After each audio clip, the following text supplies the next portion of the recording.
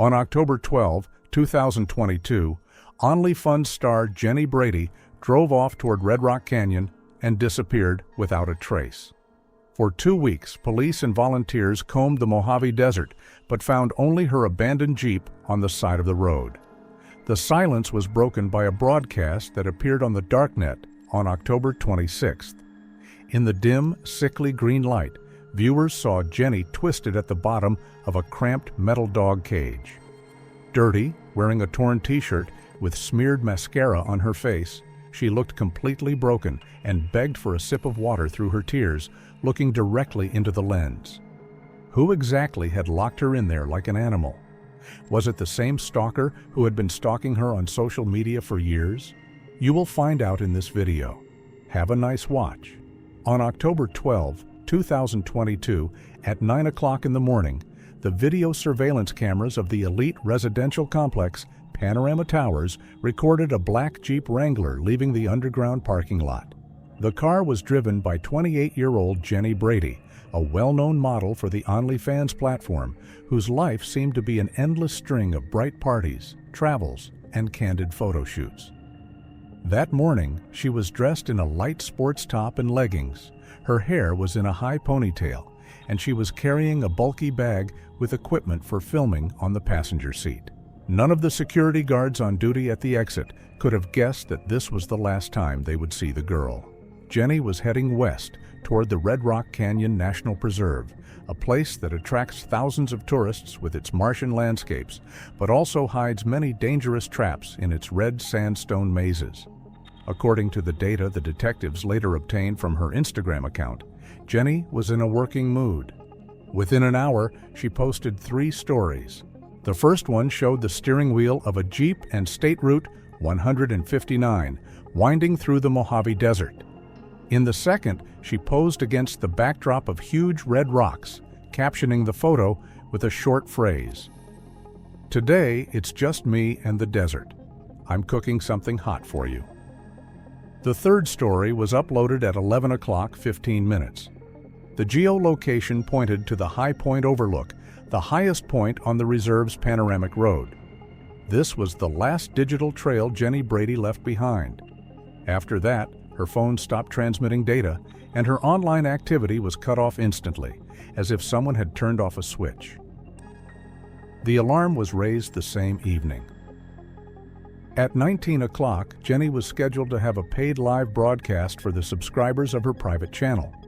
According to her manager, Mark, she never missed a stream without warning, as it could lead to financial losses and reputational risks.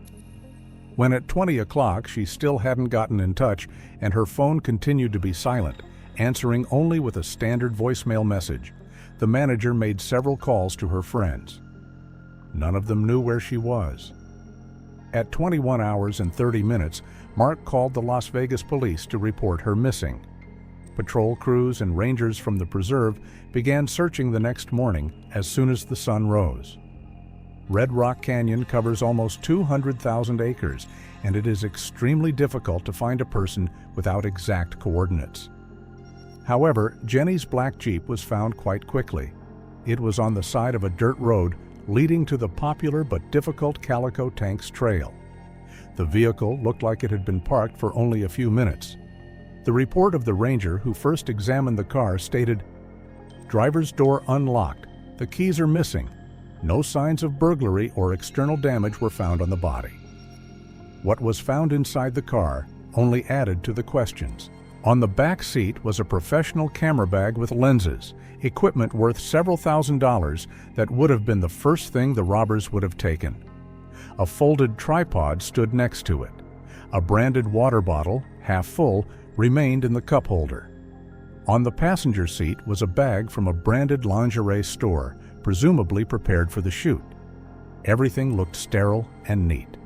There were no overturned items, no signs of a struggle, no broken windows or bloodstains on the upholstery. It looked as if Jenny had simply stepped out of the car, taking only her phone with her, and disappeared into the hot air. An official search operation was launched in the afternoon of October 13th. Specialized Red Rock search and rescue teams arrived at the canyon. The volunteers split into groups and began combing the sectors around the place where the Jeep was found. The work was complicated by the terrain. The red sandstone forms thousands of crevices, caves, and blind spots where a person can be invisible even from a distance of several yards. The dog handlers followed the route from the parking lot deep into the canyon. According to one of the rescuers, the dogs picked up a trail near the car, led the group about 300 feet up a rocky slope, but then began circling in place, losing their bearings. It looked as if Jenny's scent had simply cut off out of the blue. The accident version was considered a priority.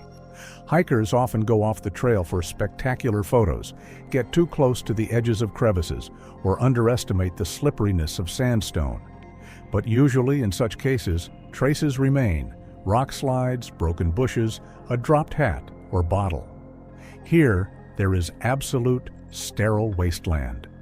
Detectives from the Missing Persons Department began to work on another version, a criminal one. Jenny was a public figure with explicit content which automatically put her at risk. While analyzing her digital life, the cyber department found hundreds of messages from obsessive fans. Among the usual compliments were direct threats. One of the users, under the nickname Watcher77, had been sending her messages for the past 3 months detailing her routes, places where she drank coffee, and even the color of the clothes she wore when she left the house. His last message came the day before she disappeared and contained only one word: soon. This fact led the investigation to consider the option of a stalker kidnapping as quite real. Over the next 2 weeks, the operation in the canyon did not stop.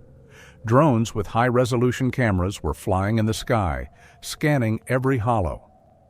Police helicopters flew over remote areas of the Mojave Desert, looking for any hint of brightly colored clothing or a body. Jenny's parents flew to Las Vegas and were on duty at the search headquarters every day, handing out flyers to tourists at the entrance to the park. The story quickly gained momentum in the media. Newspaper headlines screamed about the missing model. Internet detectives built conspiracy theories, and a hashtag with her name went viral. But the canyon itself remained silent. Not a single witness who saw Jenny after 11 in the morning. No dashcam footage of her Jeep in the parking lot. Detective Adam Sloan, the lead detective on the case, noted a strange detail in his report: the discrepancy between Jenny's plans and the location of the car. The Calico Tanks Trail is a popular route where there are always a lot of people. If someone attacked her there, it would almost certainly have been noticed by someone. In addition, her phone stopped working near High Point Overlook, which is a few miles from the parking lot. This meant that she had driven some distance since the last story. Was she alone in the car at the time, or was someone else sitting next to her, holding her at gunpoint? The silence dragged on. 2 weeks of fruitless searching exhausted the volunteers. The official police version of the story began to suggest that the girl's body could be safely hidden or taken far beyond the state of Nevada. The desert knows how to hide secrets, and it seemed that Jenny Brady was another one of them. No one even suspected that she had not just disappeared, but had become the main character in a show that was being prepared in the dark, and that her silence would soon be broken in the most horrific way. Exactly 2 weeks have passed since the Mojave Desert swallowed Jenny Brady. The hope of finding her alive melted away with each passing hour, giving way to gloomy predictions in police reports. However, on October 26, at exactly 2 in the morning, the silence was broken, not in the real world, but in the digital underground. A new channel was activated on one of the anonymous streaming services operating in the depths of the darknet and known for broadcasting illegal content. It had a laconic but terrifying name: Model J Locked. The first to notice the link were users of closed forums on Telegram and Discord, where conspiracy theorists and true edge enthusiasts were discussing the model's disappearance around the clock. The signal to start the broadcast spread instantly. In a few minutes, the screen recording broke out of the closed network and began to go viral on Twitter and Reddit, causing a wave of shock. The image was grainy, presumably shot in night vision mode, and flooded the entire room with a dim, sickly green light. The camera was static, mounted on a tripod, and showed only one location, a corner of a windowless concrete room with walls covered in damp and moldy spots. In the center of the frame was a large metal cage designed to transport large breeds of dogs. Inside, with her legs tucked under her, was Jenny. Her appearance stood in stark contrast to the perfect, retouched photos the world was used to seeing of her profiles. She was emaciated, dirty, her hair tangled in dull strands that fell over her face. Dressed in a torn, dust-covered t-shirt, she shivered, wrapping her arms around herself. Next to her, right on the metal floor grate, was a cheap plastic bowl of water, a detail that struck the viewers the most with its cynical attempt at dehumanization. Jenny looked directly into the camera lens, her eyes red with tears and her gaze filled with animalistic terror. During the broadcast, she crawled several times to the bars of the cage, grabbed them with her weak fingers, and begged for help. The sound was poor, a distorted echo of the empty room, but some phrases could be made out clearly. She asked for water, asked to be released, swore that she would do whatever she was told. Not once did the kidnapper appear in the frame. There was only silence, the victim's intermittent breathing, and the mechanical humming of some device behind the camera. The broadcast lasted exactly 18 minutes. At 2 o'clock, 18 minutes, the signal was abruptly cut off, leaving thousands of viewers watching black screens. However, these minutes were enough for the Las Vegas Police Department's cybercrime unit. Specialists who monitored the network in real time detected a critical error by the stream organizer. Despite the use of multi-layer encryption and VPN services, a microscopic data leak occurred during the transmission of the video stream via the WebRTC protocol. This is a vulnerability that sometimes reveals the user's real IP address if the browser settings are not configured perfectly. The hijacker's security system failed for a split second, but that was enough. The technical department immediately triangulated the signal. The digital trail led not abroad or to another state, but to the industrial zone of North Las Vegas. The exact coordinates pointed to an old warehouse complex on Craig Road.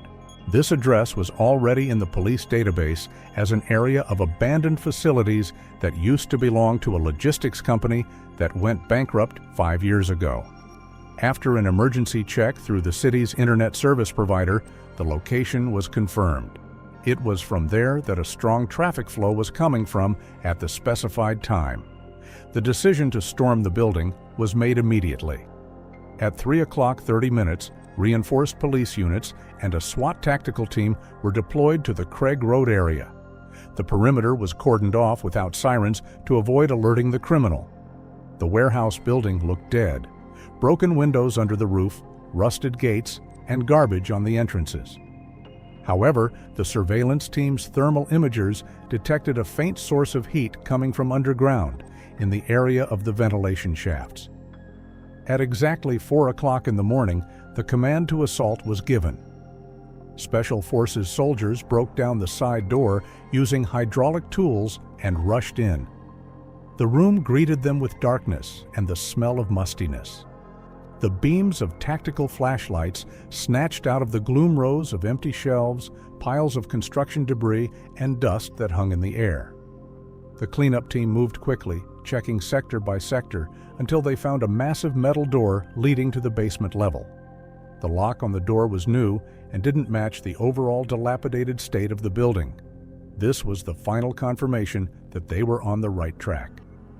After cutting the lock, the assault team went down the concrete stairs. In the basement, the same dim light was on that the audience had seen on the stream. The room was soundproofed with old mattresses and foam glued to the walls. In the middle of this makeshift bunker was a cage. Inside, huddled in the far corner, with her hands over her head from the bright light of the flashlights, was Jenny Brady.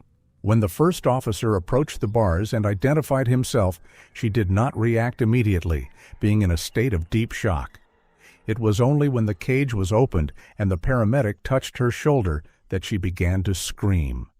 The girl was immediately brought to the surface, wrapped in a thermal blanket. During the initial examination, the doctors recorded extreme emotional exhaustion, but to the surprise of the doctors, no serious physical injuries or signs of torture were found on her body. The detectives had more questions about another circumstance. During a complete sweep of the building and the surrounding area, not a single other person was found. The warehouse was empty. The broadcasting equipment, a camera on a tripod, a laptop, a router, was on the table opposite the cage, still on. But the cameraman's chair was empty. The kidnapper had disappeared without a trace, leaving no fingerprints, shoe marks on the dusty floor, or any personal belongings. It seemed as if he had simply vanished into thin air a moment before the police arrived, leaving his victim as a trophy for those who came to rescue her. Jenny Brady was taken to the University Medical Center of Southern Nevada at 5:15 in the morning. The entrance to the emergency room was blocked by patrol cars to keep the crowd of reporters who had begun to gather outside the hospital before the ambulance left the industrial area.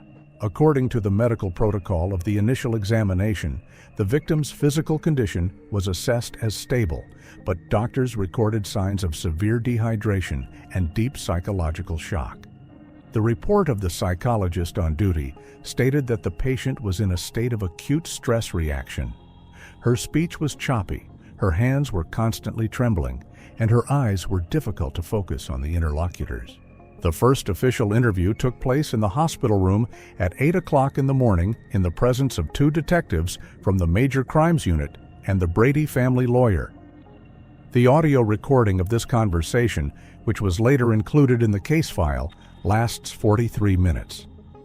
Jenny's voice on the tape sounds quiet, often breaking down into tears, and she pauses for long periods to take a sip of water, which she clutches in her hands as her only salvation. Despite her emotional instability, her account of the day of her abduction was surprisingly detailed, as if she had replayed the events in her head hundreds of times. According to her, everything happened in a flash. When she returned to her Jeep on a dirt road near the Calico Tanks Trail to change the lens on her camera, a man approached her. Jenny described him as a man of average height, wearing a standard maintenance worker's uniform, gray overalls and a reflective vest, commonly worn by workers who maintain the park's infrastructure. His face was hidden. He wore a tight medical mask and sunglasses and a baseball cap pulled down over his eyes. She claimed that at first she did not feel threatened, thinking that the technician wanted to make a comment about parking. The situation changed when he closed the distance. According to Jenny's testimony, the stranger pulled out a gun. She described it as black, matte, like the ones you see in action movies, and ordered her not to scream. He forced her to move away from the Jeep toward the bushes, where she said there was an old white van with no license plates. It was there, near the van's open rear door, that she felt a sharp stab in her neck. Jenny claimed that the world around her swam almost instantly, and the last thing she remembered was the smell of gasoline and dust on the floor of the van. This moment raised the investigators' first questions, which they, however, kept to themselves for now.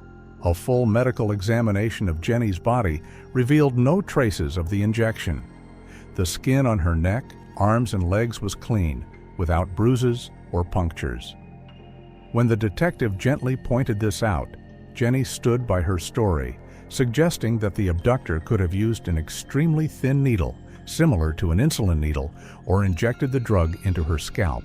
Since the blood toxicology analysis was not yet ready, this discrepancy was temporarily attributed to the attacker's professional training or to the fact that the drug could have been administered in another way, which the victim interpreted as an injection in her panic. She described waking up in the basement as the beginning of a nightmare that lasted forever. Jenny said she woke up in a cage in complete darkness. The kidnapper, she said, acted according to a clear scenario of psychological terror. He never entered the room without a mask that completely covered his head and never spoke in his own voice. To communicate, he used an electronic speech synthesizer that broadcast commands through speakers installed under the ceiling. His voice sounded metallic, sexless, and devoid of any emotion. He called her his exclusive exhibit. This wording, recorded in the protocol, made the detective shudder. It hinted at the obsession and objectification characteristic of serial maniacs. Jenny said that her detention turned into a cruel game of exchange. Water and food were not given for nothing. They had to be earned. Humiliation was the currency. Her captor would turn on the lights and cameras, forcing her to pose in torn clothes, beg on her knees, or obey humiliating commands, threatening that she would die of thirst otherwise. She claimed that she was unaware of the live broadcasts, thinking he was recording it for his own perverse collection. As Jenny testified in the silence of the hospital room, the world outside the clinic walls exploded. The story of the caged model became a major news story not only in Nevada, but across the country. Footage from the broadcast was shared on all social media. The tragedy was instantly converted into numbers. The statistics of her account on the OnlyFans platform showed an abnormal growth. In less than a day, the number of paid subscribers increased tenfold. People subscribed en masse to look at the profile of the girl who survived hell, or in search of the exclusive content that the kidnapper had talked about. A wave of support swept social media. The hashtag calling for Jenny's rescue was replaced by a hashtag demanding justice. Several fundraisers spontaneously emerged on popular crowdfunding platforms. The largest of them, titled "For Jenny's Rehabilitation and New Life," raised more than $50,000 in the first 12 hours. People donated money, feeling guilty for witnessing her suffering online, or simply wanting to join the high-profile story. In the media space, the image of Jenny Brady was transformed from a conventional model of the erotic genre to a symbol of the fight against cyberstalking and violence against women. Activists used her story as proof of how vulnerable public figures are in the internet age. Her manager, Mark, gave interviews to TV channels right on the hospital steps, calling his client the strongest woman he knows, and promising that she would tell her story to the world when she was strong enough. However, behind the scenes of this media storm, the detectives continued their work. They were analyzing every word Jenny said, trying to draw up a psychological profile of the attacker. Masked technician, voice synthesizer, exclusive exhibit. These details pointed to a criminal who was not just an obsessed fan, but also a person with a high level of technical training and a penchant for theatrics. While the world collected money and likes to support the victim, investigators knew one thing: they needed to find the person who turned the warehouse basement into a set for the most brutal reality show of the year, and do so before he decided to find a new exhibit. While the world applauded the rescue of Jenny Brady and her face was on the national news, a completely different atmosphere prevailed in Detective Adam Sloan's office. The euphoria of a successful sting operation quickly gave way to cold, methodical work with physical evidence. Sloan, a 15-year veteran of the Las Vegas Police Department, was used to trusting the mute facts left at the crime scene rather than the emotional testimony of victims. And the longer he looked at the forensic reports and the photos from the basement on Craig Road, the more clearly he realized that the picture they were trying to show them was too perfect to be true. It lacked the chaos, filth, and mistakes that always accompany real crimes committed by mentally unbalanced people. The first element that caused professional dissonance was the cage. According to the description of the property seized from the scene, it was a K9 heavy-duty Empire model, one of the most expensive and durable designs on the market, designed to hold large and aggressive dog breeds. Its retail price exceeded $600 and weighed almost 100 pounds. Usually, such things are bought by dog handlers or kennel owners, and after even a short use, characteristic marks remain on the metal: scratches from claws, peeled paint on the bars, and teeth marks on the locks. However, the cage in which Jenny was found looked as if it had been unpacked 5 minutes before the broadcast. Sloan personally examined the structure in the evidence room. The black powder coating on the steel bars was perfect. Not a single scratch on the inside. Not a single corner was bent. It was contrary to the logic of a person being forced into a tight space for 2 weeks. A victim in a state of panic usually tries to escape, gnaws at the metal, kicks at the door, and tries to loosen the bars. Here, however, the inner surface of the floor, a metal grate, was clean, with no traces of bodily fluids, food or dirt that inevitably accumulates over 14 days. The cage was not a prison, but a set. It looked sterile, like a showpiece in a pet store. The second fact that bothered the detective was the lighting. When watching the broadcast recording, viewers saw a gloomy, greenish basement that was terrifying. But when the forensic experts analyzed the layout of the equipment, it turned out that it was not the work of a maniac, but of a professional lighting designer. In the corners of the room, out of the camera's view, there were 2 powerful studio softboxes on adjustable tripods. They were fixed at specific angles, 45 degrees relative to the victim's face. The technical specialist's report stated, "The lighting scheme used is known as Rembrandt light. It creates a dramatic effect, emphasizes the texture of the skin and cheekbones, making the face expressive but aesthetically pleasing, even when dirty." The lamps were fitted with colored gel filters in a dirty green hue to mimic the atmosphere of a horror movie. It wasn't random light from a construction light or an old light bulb, as is the case in real kidnappers' basements. It was an elaborate cinematic scene. Someone had taken the time to adjust the shadows so that Jenny looked suffering but beautiful. Her dirt on her face was highlighted to evoke sympathy rather than disgust. Maniacs, as Sloan knew from experience, want to control the victim, not their visual appeal in the frame. Here, the picture was the priority. But the most devastating thing for the 2-week torture story was the medical report that arrived on the detective's desk in the afternoon. Dr. Emily Chen, a leading toxicologist at the medical center, sent a detailed blood test of the victim. In the electrolytes column, the values for sodium, potassium, and chloride were marked normal.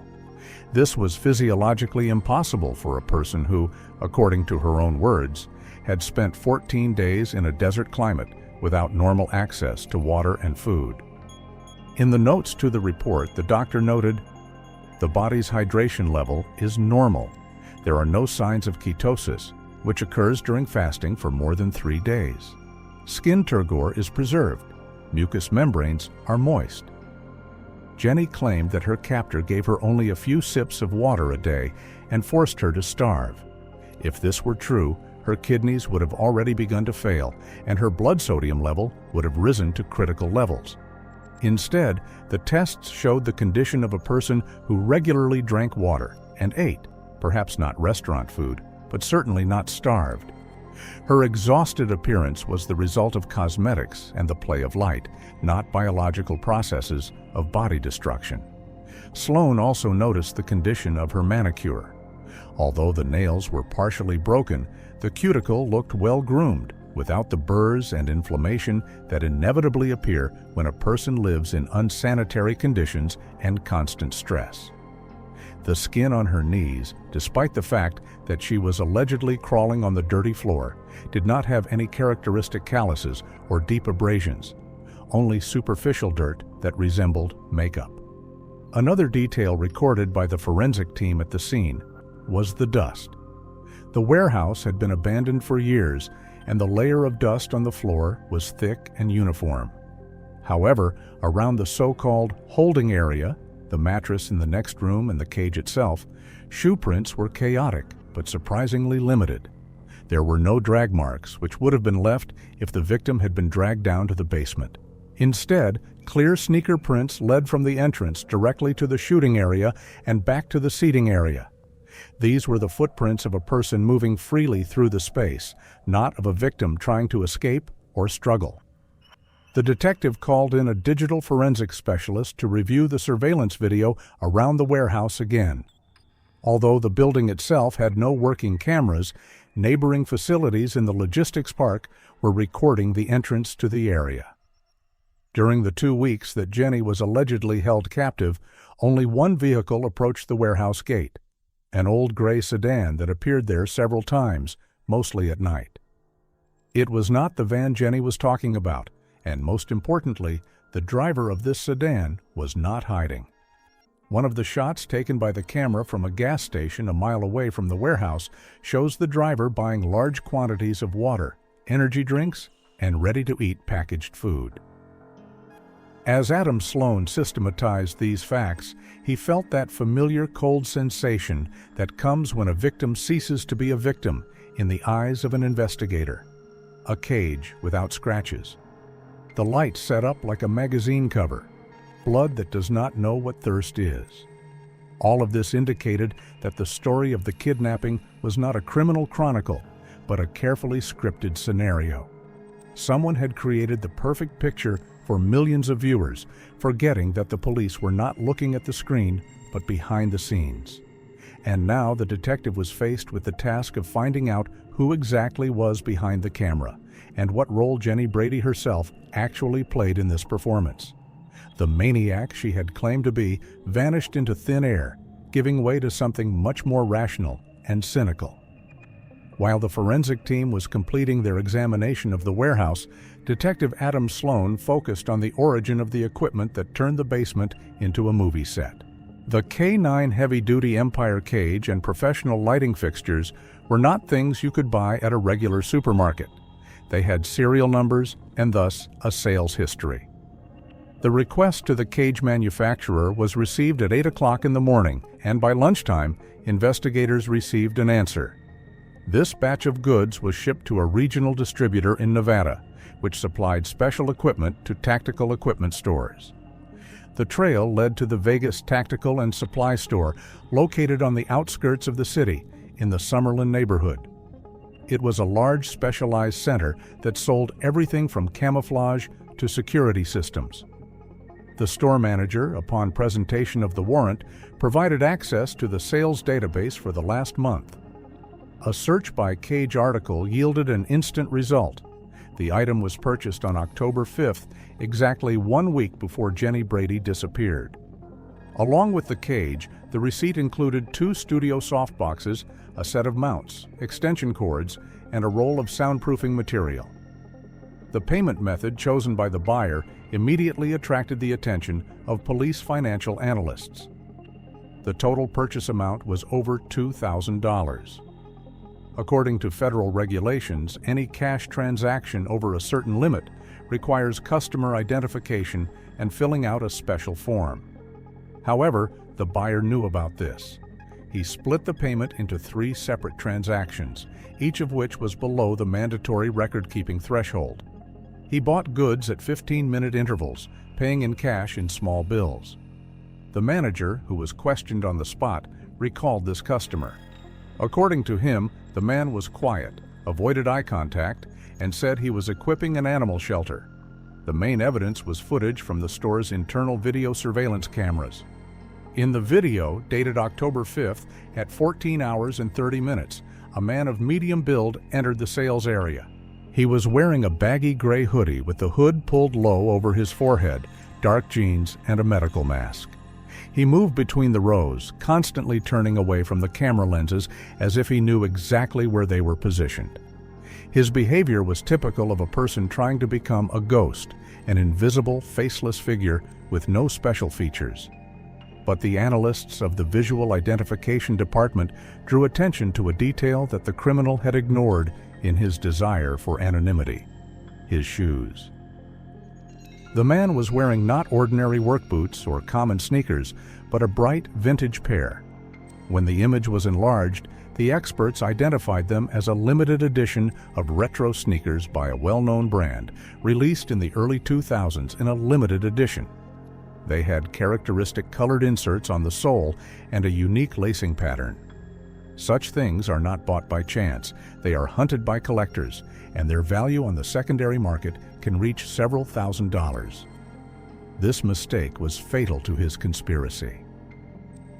Detective Sloan immediately returned to Jenny Brady's contact list.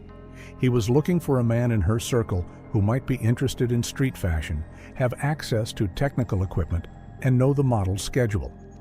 The circle of suspects narrowed down to a few dozen names, but one of them stood out from the rest. Kevin Park, a 32-year-old freelance cameraman. He has been working with Jenny for the past year, shooting professional content for her, editing videos for her blogs, and helping her set up her streams. Sloan discovered his profile on the social networking site Instagram. The page was filled with photos from film sets, parties, and demonstrations of the beautiful life.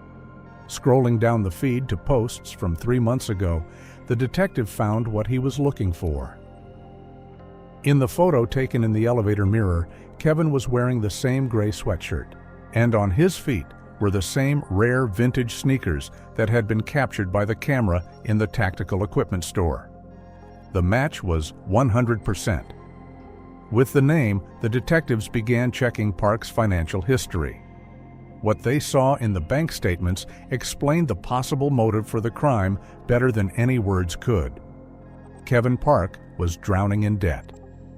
Over the past 6 months, he had taken out 4 microloans at huge interest rates. His credit cards were maxed out. But the most interesting thing was the movement of funds in his debit account, regular large debits in favor of online casinos and bookmakers. The last big loss was in late September, 2 weeks before Jenny's abduction. The amount of losses in one evening was $18,000. It was money he had probably borrowed from people who did not forgive delays in repayment. Kevin was in a situation of financial ruin. He urgently needed money, and he knew that Jenny, whose OnlyFans revenue was growing every month, could be his golden ticket. But not through direct theft, but by creating a situation that would monetize the public's attention. Sloan also drew attention to Park's professional skills. As a cameraman, he knew how to work with light, knew how to set up a broadcast through encrypted channels, and had access to equipment. The lighting scheme in the basement, which forensic experts called studio, was his handwriting. He wasn't just holding the victim, he was creating an image that he knew how to sell. At 17 o'clock that same day, police set up surveillance at Kevin Park's apartment in the Spring Valley neighborhood. His car, an old gray sedan, was parked in the lot outside the building. It was the same car that the cameras had captured near the warehouse on Craig Road. The puzzle was complete. The man who claimed to be Jenny's friend and co-worker was actually the director of her nightmare. All that remained was to get a warrant and put a final point to this story, which with each new detail looked less like a tragedy and more like a cynical business plan. Kevin Park's arrest followed a classic police operation scenario where the element of surprise is the main weapon. At 18 hours 45 minutes, the tactical team blocked the exits of the Spring Valley apartment complex, and 2 detectives knocked on the door of apartment number 204. Kevin did not open the door immediately. According to the officers who attended the scene, he didn't look scared, but rather annoyed, as if he had been distracted from an important game. He was wearing the same gray sweatshirt that was captured on the store's cameras, but he was wearing slippers. The same rare vintage sneakers that became the key to his identification would later be found neatly folded in a box on the top shelf of the closet. The search warrant allowed for the seizure of any electronics, and Park's apartment turned out to be a veritable treasure trove for digital forensic scientists. A powerful video editing station hummed on a desk surrounded by empty energy drinks cans. Several flash drives, a tablet, and 2 smartphones lay nearby. But the main piece of evidence that changed the course of the investigation, even before the first interrogation began, was a black 4-terabyte external hard drive connected to a laptop. It was not encrypted. Kevin, either confident in his impunity or simply negligent, left the folder with the name Project Red Rock open on his desktop. The analysis of the contents of the disk conducted by experts of the cyber department that night revealed the technical side of the hijacking, which shocked even experienced investigators. The folder contained the source files of a broadcast that was supposedly live. However, the metadata of the video files showed otherwise. What the viewers perceived as a live broadcast of torment and suffering was in fact pre-recorded and edited material that was broadcast to the network through special software with a 15-minute delay. This time, buffer was a critical element of the plan. It gave Kevin the opportunity to control the broadcast. If something went wrong during the filming, for example, if an extraneous sound got into the frame or Jenny stepped out of character, he had a quarter of an hour to stop the stream, cut out the bad part, or run a pre-prepared jammer with interference. Experts found a folder on the disk called Unsuccessful Takes. One of the files showed Jenny sitting in a cage, interrupting her crying, looking irritated at the camera and saying, "The light is falling the wrong way. The shadow on my nose is too sharp. Let's move the softbox to the left." This video destroyed the victim and the maniac story in seconds. Kevin Park's interrogation began at 21 o'clock at the Las Vegas Police Department. At first, he chose the tactic of complete denial. Sitting opposite Detective Sloan, Kevin remained silent, nervously tapping his fingers on the metal table, and only occasionally demanded to see his lawyer. He seemed confident that the police had only circumstantial evidence, the purchase of equipment that could be explained by professional activities and his acquaintance with the victim. However, the situation changed when a representative of the district prosecutor's office entered the room.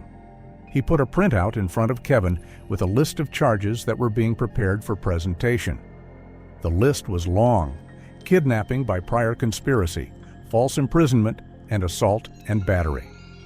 In Nevada, the totality of these crimes could guarantee life imprisonment. The prosecutor made an offer. If Kevin cooperated and told the truth right now, the classification of the crime could be changed, and the sentence would be significantly shorter. But the offer was valid only until Jenny started talking and shifted the blame to him. That was the turning point.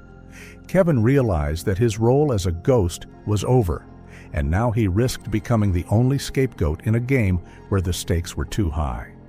He asked for water, took a deep breath, and said the phrase that was recorded in the interrogation report. "There was no kidnapping. It was all her idea. I was just a hired hand." For the next 2 hours, Kevin Park described in detail the anatomy of one of the most high-profile media frauds of the year. According to him, the plan was initiated by Jenny Brady herself. The motive was the banal but cruel arithmetic of social media. Over the past 3 months, her statistics on the OnlyFans platform have been falling rapidly. The competition was growing, algorithms were changing, and the audience was demanding more and more explicit and extreme content. Jenny, who was accustomed to a luxurious life and high income, was panicked about losing her popularity. She needed, in Kevin's words, a blowout, a story that would not only return her attention, but make her a national heroine. They developed the kidnapping scenario together for several weeks, sitting in her penthouse. Kevin said that Jenny personally chose the location, an abandoned warehouse in North Las Vegas. She knew the neighborhood because it used to host illegal parties. It was she who insisted on buying an expensive and secure cage, arguing that the audience should believe the threat was serious. In order to avoid leaving traces on her accounts, she wired Kevin cash and ordered the order to be placed through his account, believing that the police would never trace it. What struck the detectives most was how cynical Jenny was about the technical side of the process. Kevin admitted that before getting into the role of the victim, she personally controlled the lighting in the basement. She demanded that the lighting emphasize her thinness and create a tragic halo. She applied the makeup herself, using professional cosmetics to simulate dirt and bruises, and taught Kevin which angle to hold the camera to make the cage look smaller and cramped than it actually was. According to Park, the so-called stalker, the mysterious user Watcher77, who sent her threats before disappearing, was a fictional character. This account was created by Kevin himself on Jenny's instructions to set the stage for the story. They wrote the threatening text together, laughing at how easy it was to manipulate the fears of followers. Jenny would edit the messages, adding details about her clothes to convince everyone that she was indeed being followed in real time. During her captivity, according to Kevin, Jenny was not in a cage around the clock. She spent most of her time in the next room of the warehouse, where they had set up a relatively comfortable area with a mattress, heater, and food.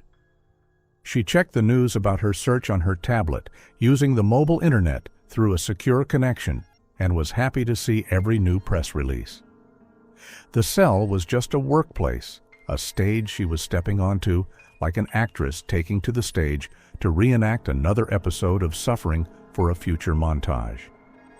Kevin claimed that he tried to talk her out of the final stage, the live broadcast, considering it too risky. But Jenny was adamant. She believed in her acting and that the world loves tragedy so much that no one would dare to doubt the tears of a beautiful woman. Her greed for fame and money overshadowed her instinct for self-preservation. She did not take into account one thing. In the real world, unlike in the movies, it is impossible to reshoot a bad take when real police officers come after you with an arrest warrant.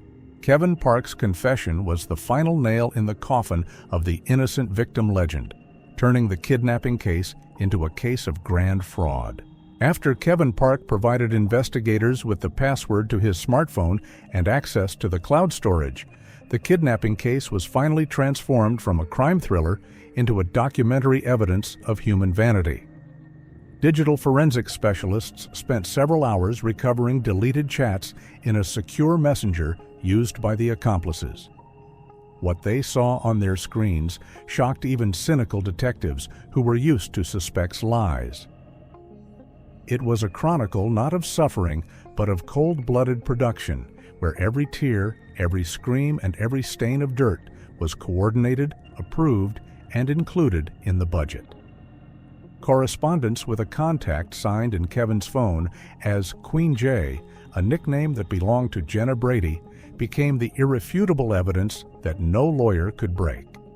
Messages dated from the period of preparation and the very time of the so-called captivity revealed the true hierarchy in this duo. Jenny was not a victim of circumstances or manipulation by the cameraman. She was the main director, writer, and most demanding critic of her own show. The first set of recovered messages was dated October 10th, 2 days before she officially disappeared. At a time when the world thought the model was preparing for a routine canyon shoot, she was discussing the details of her makeup. The text of the message, read out later by the prosecutor, sounded like instructions for a makeup artist on the set of a horror movie. "I need to look worse. What we tried yesterday looks too fashionable. Buy a foundation 2 shades darker, make the bruises under your eyes more yellow, like old bruises. And find a matte powder to imitate dust. Ordinary dirt shines on the camera." This detail confirmed the investigators' suspicions about the victim's unnatural appearance. Her emaciation was the result of the brushwork, not the lack of food. The next series of messages, sent on October 15th, the 3rd day of her disappearance, finally destroyed the myth of starvation and suffering. While the volunteers combed the desert under the scorching sun and the girl's parents appeared on television with tears in their eyes, the hostage was solving everyday issues. At 12 o'clock and 30 minutes, she wrote to Kevin, "Pick up what I left on the list. The fridge is empty. I'm not going to sit on dry rations." This was followed by a grocery list that included fresh fruit, a certain brand of yogurt, and takeout from a Japanese restaurant. This message proved that Kevin was not acting as a jailer, but as a courier who served the whims of his prisoner. But the most revealing was the dialogue about technical support. Jenny, being isolated from the world, paradoxically remained dependent on his reaction. She demanded that Kevin provide her with constant access to the information field. The message of October 16th contained a direct demand. "And charge the power bank. I want to check the comments. I need to see the reaction. The charge on the tablet is almost 0, and you forgot to bring the cable." This showed that she wasn't just sitting in a hiding place, she was actively monitoring social media, reading news about her own search, and probably taking a perverse pleasure in the amount of panic she was able to sow. She managed the process, adjusting the script depending on what the press was saying about her. A reconstruction of the events based on these chats and Kevin's testimony painted a picture that was strikingly different from what the stream viewers saw. It turned out that Jenny did not spend most of her time in a cold metal cage. A neighboring room in the warehouse, a former warehouse manager's office, was set up for her. There was a comfortable air mattress, warm blankets, a heater, and food. Her imprisonment resembled a boring vacation in a hotel with poor service. For days, she lay on the mattress watching TV shows on her downloaded tablet, scrolling through news feeds on an anonymous browser, and making plans for future spending. The cage was just a prop that she entered only when she was at work. Several times a day, she would put on a dirty t-shirt, touch up her makeup, smear fake tears on her cheeks, and signal Kevin to turn on the camera. He, in turn, would put on a mask, pick up a voice synthesizer, and play the role of a ruthless kidnapper for the short 10-second video reports they had planned but never dared to post earlier. Detectives found in the correspondence a discussion of the timing of the final act. Jenny was deliberately stalling. In a message dated October 20th, she wrote, "It's still early. The hype is just building. People aren't desperate yet. They're just starting to get scared. We have to wait until hope starts to fade. Then our exit will be more effective." She calculated the perfect moment to appear, exactly 2 weeks. It was the psychological milestone when society usually begins to prepare for the worst. It was then, at the peak of the drama, that she planned to appear from nothingness on live TV. The cynicism of the situation was that Jenny perceived the real efforts of the police and volunteers as a free promotional campaign. In her correspondence, she never once expressed concern that someone might get hurt while searching in a dangerous canyon, or that police resources were being diverted from real crimes. She only cared about the reach, the number of reposts, and the growth chart of her followers. She discussed with Kevin which angles in the cage would make her figure more pathetic and sexy at the same time, balancing on the edge between tragedy and eroticism, which was the basis of her livelihood. When the investigators finished analyzing the correspondence, the portrait of the victim finally fell apart. They were not looking at a frightened girl, but a calculating businesswoman who decided that the best way to boost sales was to sell her own death and resurrection. She filmed every breath, every tear, and every sip of water in the frame. The scene in the cage that made millions of people shudder in horror was for her just the final act of a well-written play where she played the lead role, and the whole world was her auditorium, which, in her opinion, had to pay for a ticket. She was wrong about one thing. Not flowers and applause were waiting for her backstage, but handcuffs and an arrest warrant for large-scale fraud. The arrest of Jenny Brady, which took place virtually live in front of the eyes of SWAT officers, was only a prelude to her real downfall. What she had planned as a triumphant return to the media space turned into a complete and irrevocable collapse of her life. The trial, which began in January 2023 in the Clark County Circuit Court, turned into a revealing exposé of the cynicism of the digital narcissism era. The courtroom was packed, but this time there were no fans with supportive signs, only deceived followers, tired detectives, and journalists ready to capture every detail of the ending of this sordid story. The first blow came not from justice, but from the platform for which it was all started. The OnlyFans management reacted immediately, without waiting for the official court verdict. In a press release issued the day after the arrest, the company declared zero tolerance for fraudulent schemes and manipulation of user trust. Jenny Brady's account was blocked for life, with no right to appeal or reinstatement. The platform's financial department froze all the funds she had collected during the period of the fictitious kidnapping. The amount on the account exceeded $140,000. It was money from new subscriptions, generous donations for rescue, and payment for viewing old content that suddenly became popular. Instead of ending up in Jenny's offshore accounts, These funds were used to issue individual refunds to users who filed massive complaints about fraud. This was the beginning of a domino effect. Other social networks, including Instagram and TikTok, simultaneously deactivated her profiles, citing a gross violation of community rules regarding misleading, fraudulent, and imitation of criminal activity. Jenny, who had been building her empire on likes and views for years, lost her main asset, her digital audience, in an instant. She became a digital ghost. Her photos were deleted, her name was blocked in search results, and any attempts to create new pages were stopped by moderators in minutes. In court, the Nevada State Prosecutor's Office acted harshly. Jenny was charged with 4 articles of the Criminal Code. The most serious of them was fraud with the use of electronic means of communication on an especially large scale, as well as false reporting of a crime, which led to significant losses to the state and distraction of emergency services. In his speech, the prosecutor emphasized that the defendant's actions were not just a bad joke or a performance as the defense tried to present it. It was a planned financial crime, the instrument of which was the emotions of millions of people. Kevin Park, who was sitting in the dock separately from his former accomplice, chose the only possible way to save himself.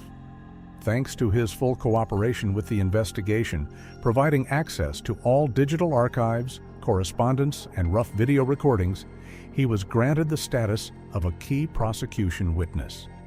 His sentence was much lighter than it could have been. The court took into account his secondary role and pressure from the client. Park was sentenced to 2 years probation and 500 hours of community service, which he had to serve in the city's Public Works Department, cleaning the same streets where he once filmed his glamorous videos. For Jenny Brady, the sentence was real and uncompromising. The judge, while reading the decision, refused to take into account the defendant's tears, calling them a continuation of the acting game. In his closing argument, he characterized her actions as an act of narcissistic cynicism that diverted critical police and rescue resources from real victims who needed help at the same time. The sentence was delivered in complete silence. 3 years in prison to be served at the Women's Correctional Center in North Las Vegas. It was not the golden cage she had built for her show, but a real prison with concrete walls, regimentation, and no cells. A separate but no less painful part of the verdict was financial restitution. The court granted a civil suit filed by the Las Vegas Police Department and volunteer organizations. Jenny and Kevin were ordered to jointly and severally reimburse the costs of the search operation. The police accounting department calculated every cent: hours of patrol officers' work, fuel for SUVs, police helicopter flights, the use of specialized drones, and overtime payments to detectives who worked for weeks on end. The total amount was $82,000. For Jenny, whose accounts had been seized and her sources of income destroyed, this meant financial bankruptcy that would haunt her long after her release. When the convoy led Jenny Brady out of the courtroom, she was wearing real steel handcuffs, not props from an adult store. She did not look at the cameras of the reporters waiting in the corridor. The flashlight that had once been her lifeblood now illuminated only a tired woman in a prison robe who had finally received the attention she had been craving. But the price of that attention was too high. The story of the model who stole herself ended not with likes and shares, but with the loud sound of the iron cell door slamming shut, behind which there were no viewers, no filters, and no way to reshoot a bad take.